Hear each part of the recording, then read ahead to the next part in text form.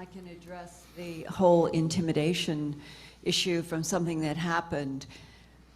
People are so afraid for their lives, their families, because they have had to sign non-disclosure agreements in which they basically are told, if you say anything to anyone, your family will suffer because you will not only be put in prison, but all benefits will be denied your family. I've talked with several people who have signed such disclosure agreements that are working on some capacity in the extraterrestrial issue. And this really came home to me, probably this was back around 1985, 86.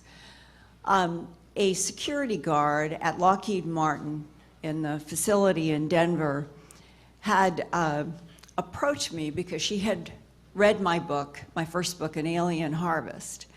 And she had asked for an autograph at some place where I was speaking, and she volunteered. She said, if you need any help with anything, I'll help you.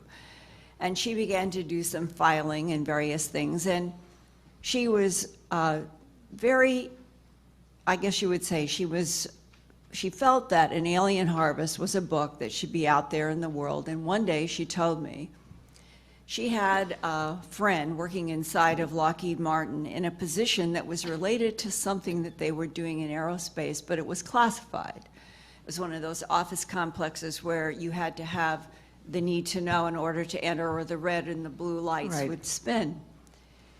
And she invited him as a friend to go out to dinner or something, and he said, why don't you come over we're having a birthday party next weekend. So this is somebody who has a confidential position, and now she's going to the house, and she said, I just thought your book would be the most perfect gift. And she said, I presented your book, and he took it, and he looked at it, and he spun through the pages as if he already knew, and he dropped it on the floor and said, take this from this house, put it in your car, and don't ever talk with me about this again. And she was shocked because she didn't know that the classified area must have had something very intimately to do with the subjects in An Alien Harvest, which was about animal mutilations, extraterrestrials, law enforcement, and medical research in something that the government denies.